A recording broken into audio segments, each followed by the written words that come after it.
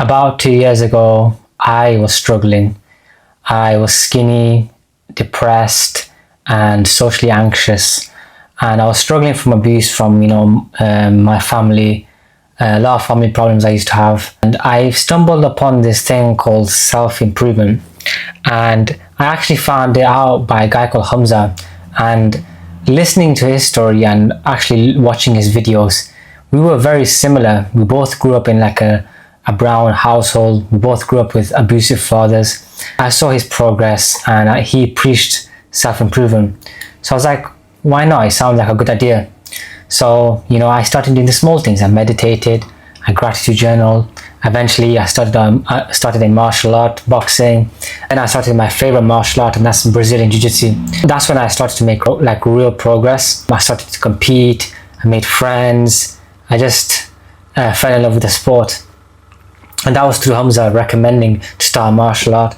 So I think Hamza tremendously helped me with my mental health. I hope to do the same thing for some of you who are watching now. One of the things that Hamza preaches quite a lot in his videos is meditating. And he says, start meditating for about 3 minutes, and then when you lose focus, put the focus back on your breath. And that's all good. Like, I preach meditating. I think everybody should meditate.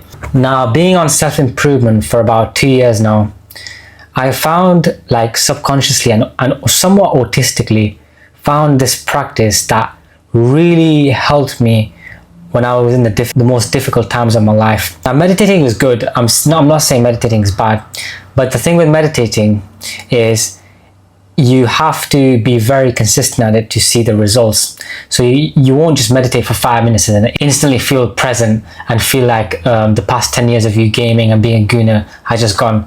No, you're gonna have to do that consistently. But with this one practice I found out, and I've just looked back on it now, and I've always done this practice when I'm at my most cooked times, like the times where I'm like really struggling, and I felt like meditating wouldn't really make me feel at ease. And also, I don't think any YouTuber has actually mentioned this practice, because the practice is like, it's quite detailed and it's quite, like I said, a bit autistic. It's not something you have to do every day. It's something which I recommend to do it about twice a week or once a week. It instantly makes me feel alive. It instantly makes me feel present. I'm just going to show you what it is. Let's go. Alright, as you can have guessed, the practice that I do is going to the park. But you may be thinking, oh, everybody says go to the park. That's just something that everybody says and every self-improvement YouTuber says. But I don't just go to the park.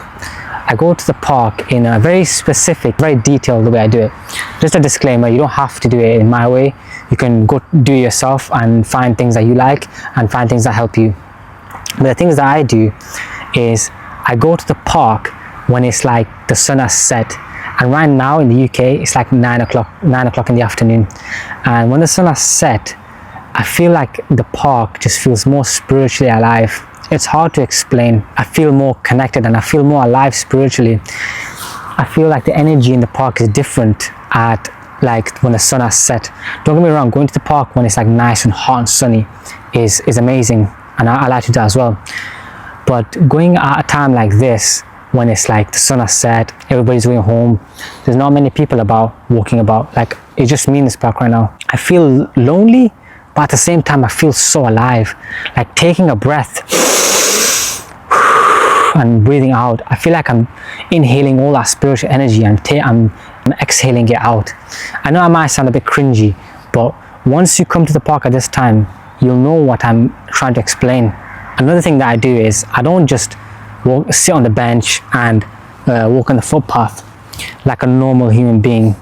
I sit on the grass, obviously when it's not wet, but I sit on the grass and I actually lie on the grass on the floor, like on my back. I like to feel the earth, and even better if I can take my shoes off and go on my socks, because when you feel the earth, you feel like you're connected to the ground. You feel more connected with nature. It's a very like a therapeutic feeling, because we're always like sat down on like hard floors and like on like man-made floors. But when you sit on the grass and you actually feel the grass, and you like even like just play with the weed a little bit, the weeds and like the grass, I can even smell the grass. The other thing which I love about going at this time is whenever I'm struggling or dealing with a hard time, whenever I come here, life doesn't feel real. I feel like time stops, life stops, and I can really just have a mental refresher. Every time I leave the park, guaranteed, I always feel better. There's not been a single time that I've come to the park and left and not felt better, or I felt worse. I've always felt better. It has a 100% success rate. Like, I remember about 3-4 months ago, I lost a lot of money. I got telephone scammed. My initial thoughts was, oh, I'm so unlucky. Why me? Why did this happen to me? Why did it not happen to somebody else? You know, I'm going through such hardship times and I'm the most unluckiest person in the world. But then I came to the park at this time and I sat on the grass, I laid on the floor, I breathed in the fresh air, and then I thought to myself, I'm actually lucky. I'm able to go outside, I'm able to work for a living, I'm able to breathe the fresh air, I'm able to have a roof over my head and have clean water to drink and have food to eat. And then like a deeper thought came into my mind. You look at the news, look at the people in Palestine, look how much they are suffering. What you're going through is absolutely nothing compared to them. And then I just felt like a surge of happiness, a surge of gratitude, and I felt so grateful for what I have. I would have never ever changed the way I thought by staying in my house in the four walls of my home. If I had stayed in my house, I would still be complaining and bitching today. But I came out here and I rationalized, and one way I rationalize and try and make the best decisions in life is, it's going to sound a bit weird and again a bit autistic, but like I'm doing right now, but without the camera, I talk to myself out loud. I try and rationalize. Let's say I've got a big decision. Let's say I've got a big decision, or something big is going to happen, or something bad's happening. I rationalize the outcomes. I rationalize what I'm going to do has an effect on the outcomes. I might sound weird, I might be weird, but I think it's a great practice. It's like you're having therapy with yourself. It's a bit weird, but it's really like helped me see a clearer picture of what's going on and have a clearer understanding of what I'm going to do. Because a lot of the times you have loads of thoughts in your brain, and a lot of the times you get stuck there. Like right now, sitting here, this park has like a ambient feeling. That's what this practice is called, in my opinion. Being in ambience is what the practice is called. Coming to a place like a park, or like even a car park, and being in ambience, being in a place where there's not many people about, and a place where you can talk to yourself, and a place where you can sit down and have a clear-headed mind and have clear thoughts. In recent years, there's been a notion that everybody needs to go to therapy, everybody needs to go to a therapist. I mean, I'm pretty sure you've all seen them ads, them BetterHelp ads. Everybody needs therapy and therapy is amazing. Come on. Do I really need to explain why that's a scam? Like, let's be honest, it's you versus you. No one, I'm gonna say this politely, no one gives a fuck about you. No one gives a fuck about your problems. Nobody wants to hear your problems. Nobody wants to be around a person that's always complaining about their problems. Well, I certainly don't. When I hear someone complaining about their problems, I'm like, man, shut the fuck up, I don't care. That's the same with everybody else. Nobody cares. And that's the same with therapists. They don't give a fuck. And you know, one way they will give a fuck? If you pay them, yeah, it costs money to talk to a therapist. It's not free. Like, I don't get the logic. Like, why would you pay someone just so they can listen to you and so you can talk to them and let your feelings out? Why would you do that? Especially if you're a man. If you're a man, women is a bit different, but if you're a man and you think that you need therapy and you need to be emotional, fucking hell, you need to get your head out your ass, because that is complete utter bullshit. We've all been told this notion that we need to be more emotional and we need to let our feelings out. That's one way that these fucking higher ups are destroying us. How these higher ups are trying to make men weak these days by telling everybody that you need to be more emotional, you need to let your feelings dictate what you want to do in life. And I am a victim of this as well. Like a lot of my past bad decisions were decisions that I made based on my emotions. For example, I had a job, right? A nice high paying job, not high paying job, minimum wage job, yeah? And I left the job, I just quit because I didn't like it. Because my emotion told me I didn't like it. Making that bad decision there, I then went on to another job, which is now paying me £5 per hour, which is doing Uber Eats delivery on my bike. £5 per hour. So I went from £12 per hour to £5 per hour. So I made this crazy bad decision just based on my emotions, because I felt like I didn't like it, so it's not worth my time. Utter bullshit. And only now I've realized how I look back at all my bad decisions in life, and nearly every single one of them were based because of my emotions. My emotions dictated what I want to do, not my brain. And that's the same with even being disciplined. That's what discipline is. Discipline is doing it even though you don't like it anyway. Doing things based on your emotions will never get you anywhere, because you're not always going to feel like you want to do it. That's the same with the gym, that's the same with finance, that's the same with work, that's the same with everything in life. But yeah, that was a quick ramble. But I think therapy is a complete utter scam. Like, what do therapists and like psychotherapists, what do they even do? Like, what do they actually do? What do they say? There, it will be okay. Or what do they say, like, life's like a dark tunnel. You may not see the light at the end of the tunnel, but if you just keep moving, then you'll see a better place. Like, is that all they do? They just listen to you, and then they're just like, yep, 1 hour's up, next paycheck. Come on, that's £30. That's why this practice, being an ambience, is so beneficial for men, because it is you versus you. So whatever problem you're facing, you gotta find it within. What's going wrong? How can you change it? How can you change your perspective on things?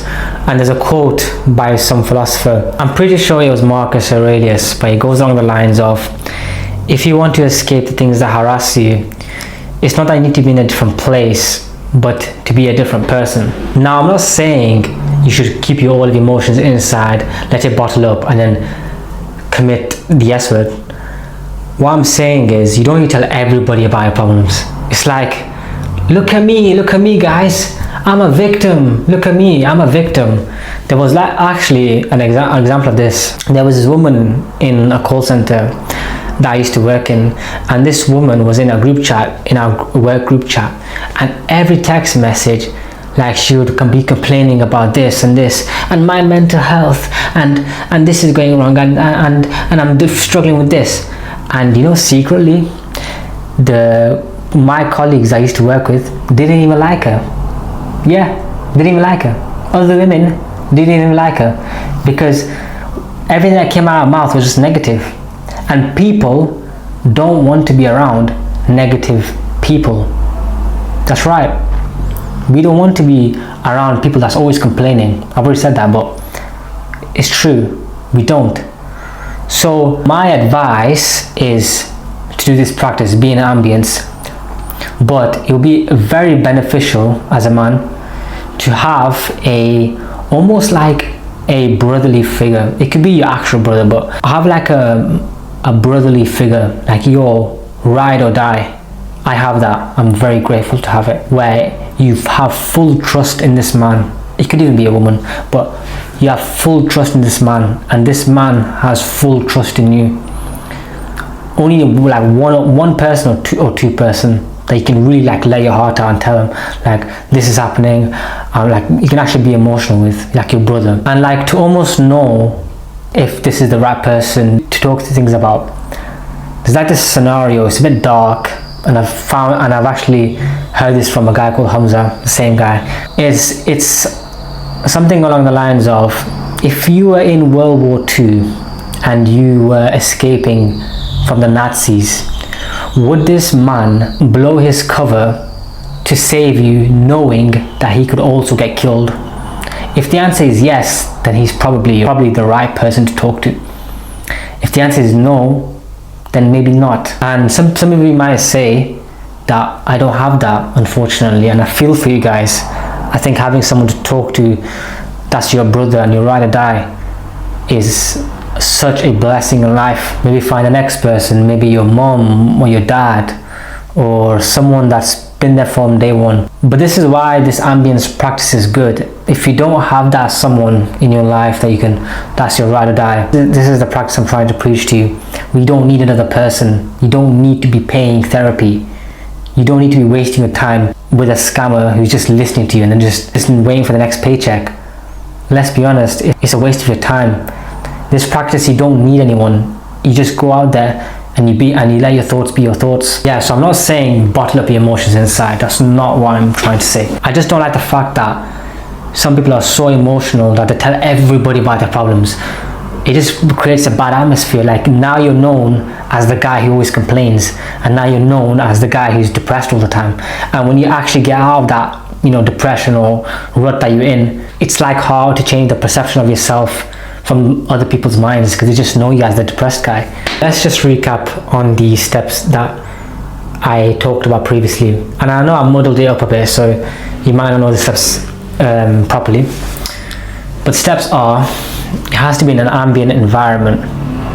So particularly when the sun has set, because I feel like when the sun has set, it's a different feeling, it's a different spiritual energy. Like I said before, when the sun has set, it doesn't have to be a park, but if it's a park, it's probably best out of the places you can go. Probably a park, or like a car park, or like a street, like even just having a walk on your area that you live in is also good. Number 3, try not to be like a normal human being. If you're at the park, if it's dry, lie on the ground, play with the grass, climb a tree, basically like how we were kids. When we were kids, we used to play with the grass, we used to climb trees. That's just how it is. So be like how you're supposed to act like. Number 4, you don't have to do this, but to really capture those thoughts that you get in the park or the ambient place, I sometimes bring a notebook with me so I can write down each idea that I get and each aspiration that I get, because the ideas that I get when I'm in the park is just so much better. And when I write it down, I can actually look back on it and actually remember what I actually want to do. And number 5 is have a play around with it. Do things that make you feel comfortable. Do things that make you feel more present. If it makes you feel more present, I don't know, doing calisthenics, for example, do it. I don't personally do it, but if it makes, some people do calisthenics. I've seen some people do grappling if they have another person with them, or on the park, wherever it is really. You can even have a fucking wank in the park if it makes you feel. No, I'm not saying I'm a wank, but you know what I mean, right? So whatever, this is my personal things that helped me. Everybody's different. You have your own things that you like to do, so try them out, play with it, and see what makes you feel comfortable and relaxed. Okay, that should conclude the end of this video. I know this video might be a bit long, but I think the message is worth it. I hope this video gave some value to your life, and I really do hope you just try out this practice once.